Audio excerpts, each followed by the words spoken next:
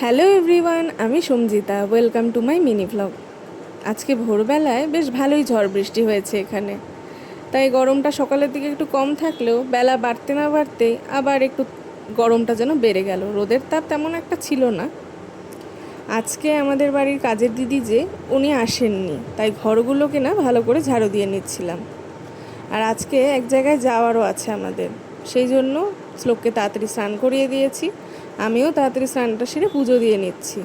শ্লোকের পাপা আজকে বলেছে ওকে খাইয়ে দেবে, যেহেতু আমার সব কাজ সেরে রেডি হতে সময় লেগে যাবে।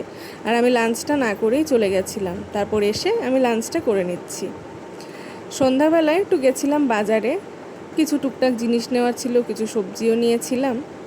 তারপর চলে গেছিলাম ফুচকা খেতে। এই কাকুর কাছে ফুচকা এত ভালো খেতে যে কলকাতার অনেক জায়গায় ফুচকা খেলেও এখানের মতো টেস্ট কোথাও যেন পাইনি, যেটা সত্যি কথা।